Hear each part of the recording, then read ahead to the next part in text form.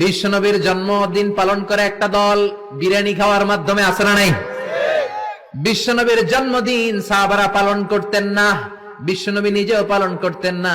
শুধু যখন জিজ্ঞেস করা হলো কেন রোজা রাখেন, বিশ্বনবী বলেন যেহেতু জন্মেছি, এই জন্মটা আল্লাহ আমার না দিলেও পারতেন, জন্মের শুকরিয়া স্বরূপ আমি রোজা রাখি। সুবহানাল্লাহ। কিন্তু ওই দিন মিষ্টি আর হালুয়া আছে না নাই? জশ্নে জুলুসে আছে না নাই? আহা, শুধু মিষ্টি আর জিলাপি, কিন্তু বিশ্বনবী রাখতেন রোজা। আপনি রোজা রাখেন, আপনি না খেয়ে থাকেন, তাহলে বিশ্বনবীর ভালোবাসার প্রমাণ পাওয়া যাবে, ঠিক কি না?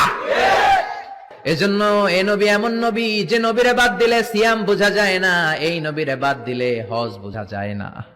কারণ বিশ্বনবী আমাদেরকে হজ করে শিখিয়েছেন। বিশ্বনবী জীবনে হজ করেছে একটা, উমরা করেছে 4টা। বিশ্বনবী যদি হজ করে না দেখাইতো, আমরা হাজির হইতে পারতাম?